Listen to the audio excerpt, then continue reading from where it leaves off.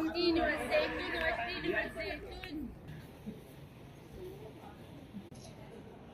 ہیں وہ گلیاں۔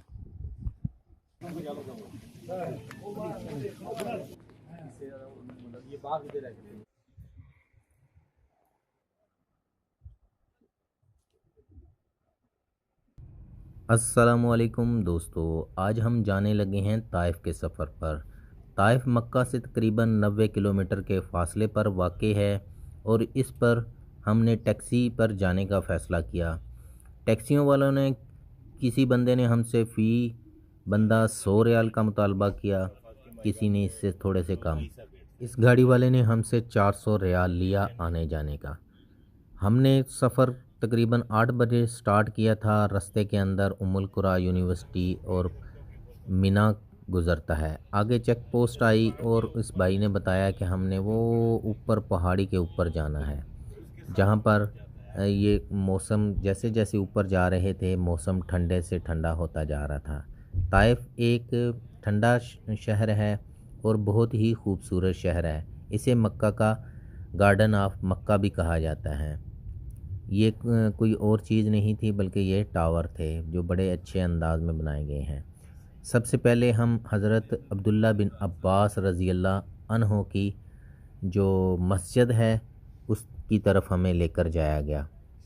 گاڑی ہم نے پارکنگ میں کھڑی کی اور حضرت عبداللہ بن عباس کی مسجد کے باہر جب ہم گئے تو وہاں بہت زیادہ پھل بیچنے والے کھڑے تھے، جہاں انگور، سیب اور مختلف چیزیں جو بکتی ہیں جیسے کہ اولیو اور تین یہاں بہت زیادہ عام ہے۔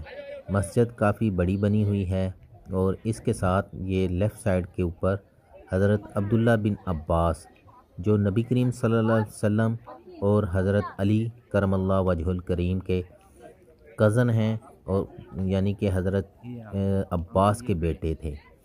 یہ آپ ادھر تشریف لے آئے تھے، آپ نے یہیں پر اپنی زندگی گزاری۔ ان کی قبر جو ہے نا 4 دیواری بنا کر بند ہے، لیکن اس کا اندر کی طرف سے رستہ ہے لیکن وہ کھلا ہوا نہیں تھا اور نہ ہی ہمیں جانے دیا گیا۔ یہ عورتوں کا تھا۔ میں جانے لگا تو پیچھے سے وہ بنگالی نے آواز دی کہ بھائی آپ نہیں جا سکتے، واپس آ جائیں۔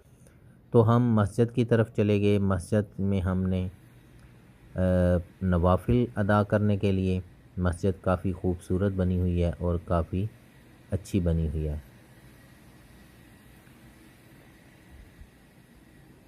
حضرت عبداللہ بن عباس رضی اللہ عنہ کو مفسر قرآن کہا جاتا ہے، کیونکہ قرآن پاک کی جو تفسیر انہوں نے بیان کی ہے وہ کسی اور نے نہیں بیان کی، کیونکہ وہ نبی کریم صلی اللہ علیہ وسلم کے ساتھ رہتے تھے۔ آپ صلی اللہ علیہ وسلم نے انہیں بہت زیادہ دعائیں بھی دی ہیں، جس کی وجہ سے وہ قرآن پاک کو بہت اچھے سے یعنی کہ اس کی تفسیر بیان کرتے ہیں۔ الحمدللہ ہم نے بھی یہاں پر 2 رکعت نوافل ادا کیے اور پھر ہم ان کی جو مکتبہ ہے اس کی طرف جانے کے لیے نکل۔ مکتبہ ان کے ساتھ ہی بنا ہوا ہے جہاں پر قرآن پاک، کتابیں اور مختلف جو تاریخ اسلام ہے اس کے بارے میں بہت زیادہ معلومات ملتی ہیں۔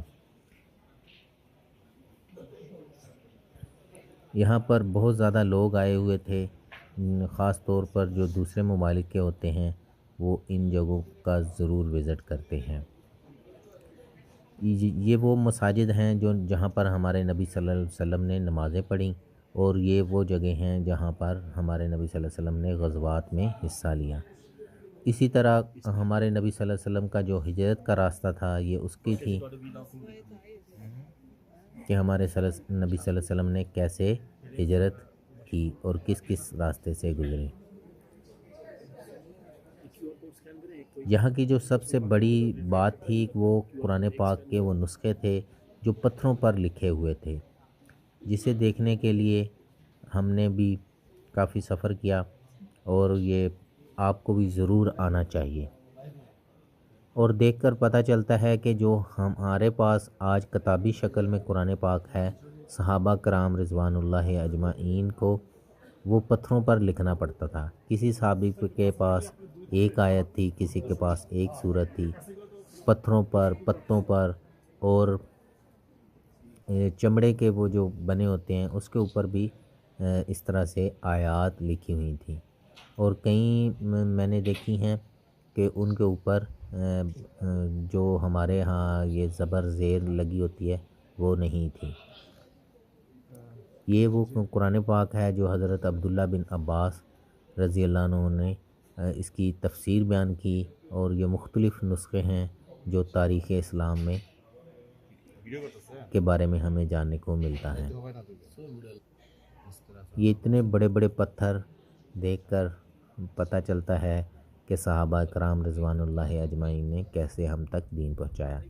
اس کے بعد ہمیں گاڑی والا اس جگہ کی طرف لے کر جانے لگا جس کے بارے میں ہم نے تاریخ میں پڑھا ہے، بڑا ہی دردناک وہ سفر ہے۔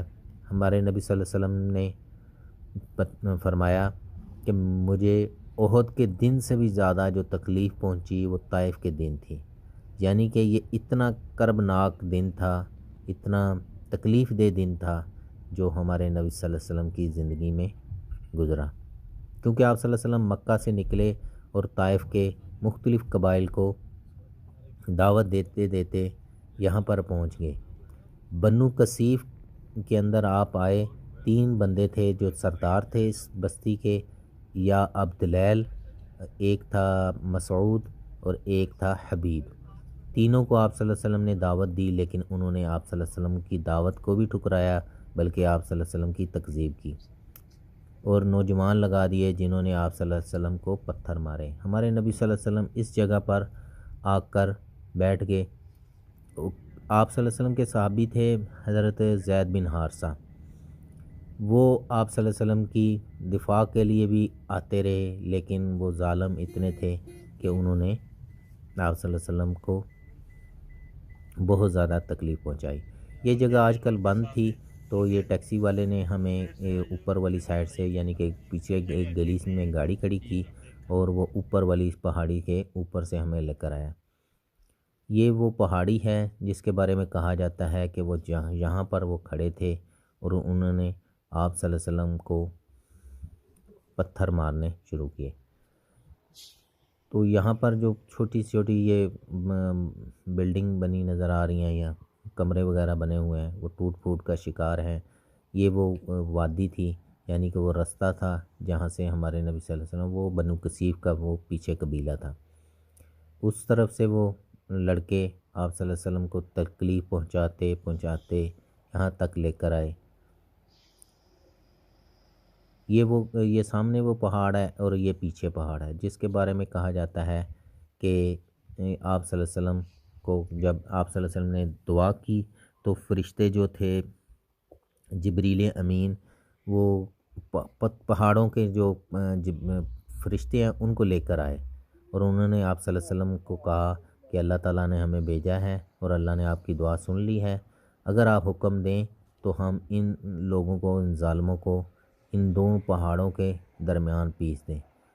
لیکن ہمارے نبی صلی اللہ علیہ وسلم لہو لہان ہو کر بھی یہاں پر بیٹھے ہوئے تھے، اور آپ غور کریں، اگر آپ محسوس کریں تو ہمارے نبی صلی اللہ علیہ وسلم کی زندگی میں اس سے زیادہ تکلیف کا دن نہیں تھا، لیکن ہمارے نبی صلی اللہ علیہ وسلم نے پھر بھی ان کے لیے بد دعا نہیں کی۔ آپ صلی اللہ علیہ وسلم نے فرمایا کہ شاید ان کی اولاد میں سے وہ لوگ پیدا ہوں جو اللہ کی توحید پر قائم ہو۔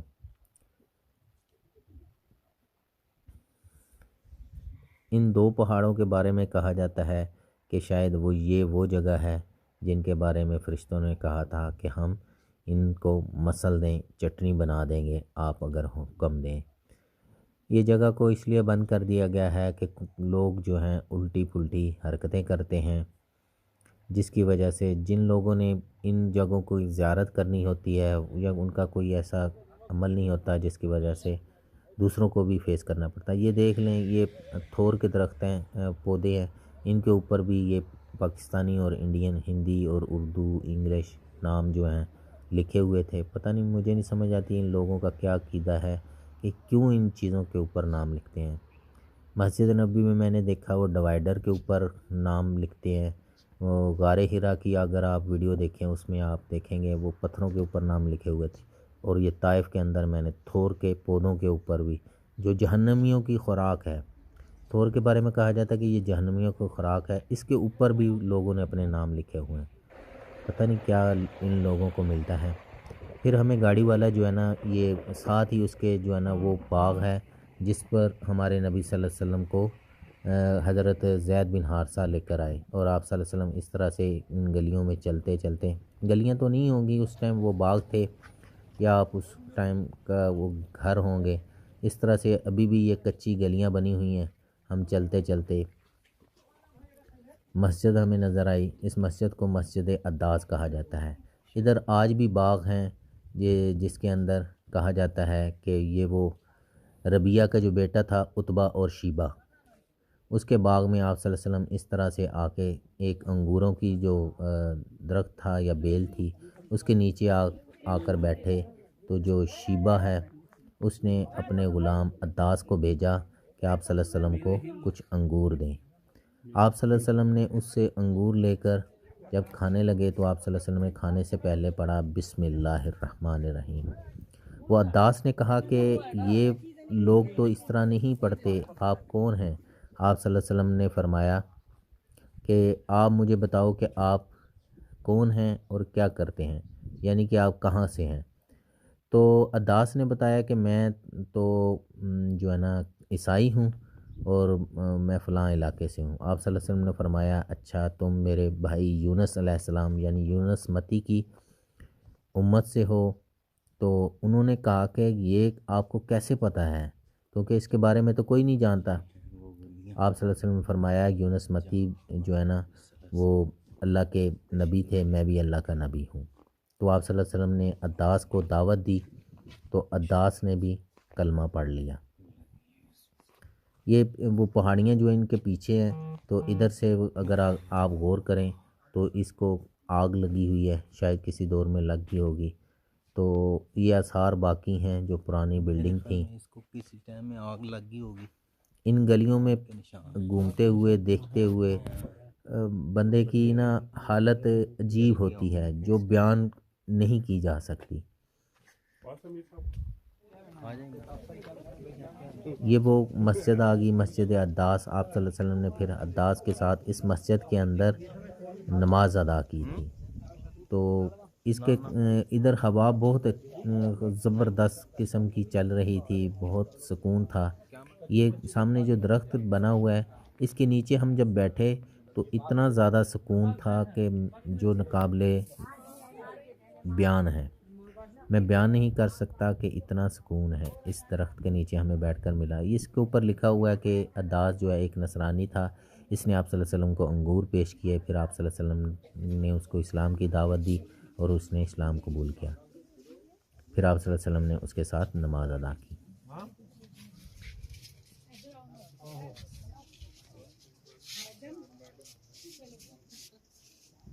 پپیتا، شہتوت، کھجور، تین لگی ہے، سکون بہت ہے۔ یہ اس کی مسجد کی وہ بیک سائڈ والی جگہ ہے جسے میں آپ کو دکھاتا ہوں، جس کے بارے میں کہا جاتا ہے کہ شاید یہ وہی باغ ہے جہاں ہمارے نبی صلی اللہ علیہ وسلم آ کر بیٹھے تھے۔ میں نے مختلف اینگل سے اس ویڈیو کو ریکارڈ کرنے کی کوشش کی تاکہ میں آپ کو اس کی مکمل زیارت کروا سکوں اس جگہ کی۔ یہ چھوٹی سی مسجد بنی ہوئی ہے جہاں پر وضو کے لیے واش بیسن بھی بنے ہوئے ہیں۔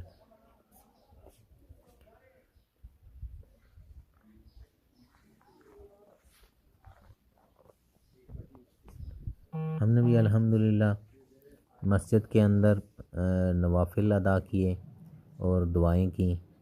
میری اللہ تعالیٰ سے دعا ہے کہ اللہ تعالیٰ سب کو اس جگہ پر لے کر آئے، اور تاکہ آپ جان سکیں کہ ہمارے نبی صلی اللہ علیہ وسلم پر کیا بیتی اور اسلام کے لیے ہمارے نبی صلی اللہ علیہ وسلم نے کن کن تکالیف سے کو سہنا پڑا۔ یہ پھر ہم واپسی کے لیے نکلے، گاڑی میں آ کر گاڑی والے نے ہمیں پھر وہ ادھر میقات بھی ہے جسے سیل الکبیر یا کرن المنازل کہا جاتا ہے، وہ ہمیں پھر گاڑی میں بٹھا کر کرن المنازل کی طرف لے کر چلا، کیونکہ ہم نے اگر آپ طائف آئیں تو آپ اپنا احرام لے کر آئیں، کیونکہ یہ مکمل میقات ہے جس کا ذکر حدیث کے اندر آتا ہے۔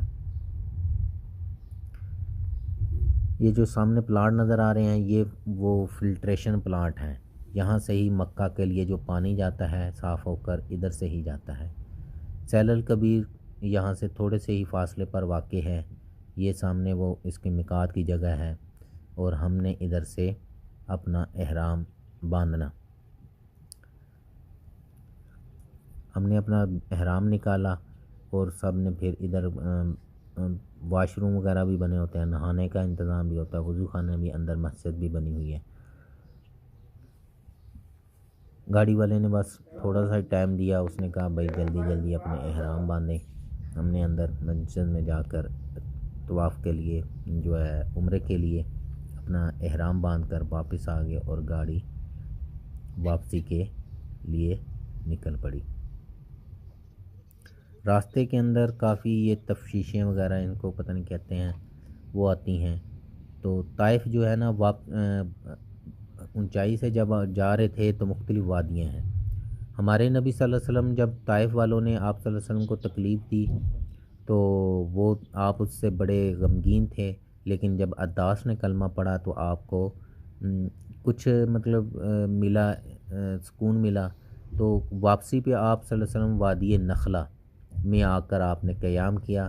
جو صورت احقاف کی آیات نازل ہوئیں وہ جنوں کے بارے میں کہ جنوں نے آپ صلی اللہ علیہ وسلم کے پیچھے نماز ادا کی تو پھر وہ آپ صلی اللہ علیہ وسلم پر ایمان لے کر آئے۔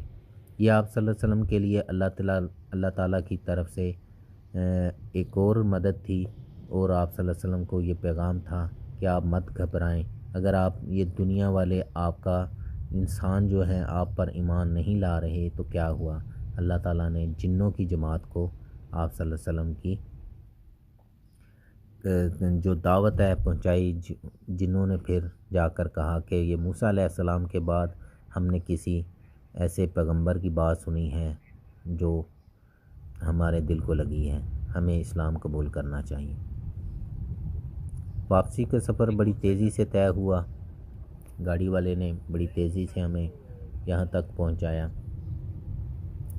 راستے کے اندر ام القریٰ یونیورسٹی آتی ہے۔ ام القریٰ یونیورسٹی یہاں سے بہت بڑی ہے، جہاں پر جو مکہ کے اندر امام کعبہ ہوتے ہیں وہ پڑھتے ہیں، اور جو علماء مکہ یا سعودی عرب کے اندر علماء ہوتے ہیں یہ یہیں سے پڑھ کر آتے ہیں۔ واپسی پہ ہمیں ہوٹل پر ہی یہ لے کر گیا عزیزیہ کی طرف، کیونکہ حاجی تھکے ہوئے تھے اور سب کھانا وغیرہ کھا کر پھر دوبارہ حرم کے لیے جانا تھا۔ سب نے طے کیا کہ پہلے ہمیں ہوٹل پر اتار دیا جائے، پھر الحمدللہ ہم نے آ کر حرم کے اندر اپنا عمرہ ادا کرنے کے لیے داخل ہوئے، نماز پڑھی۔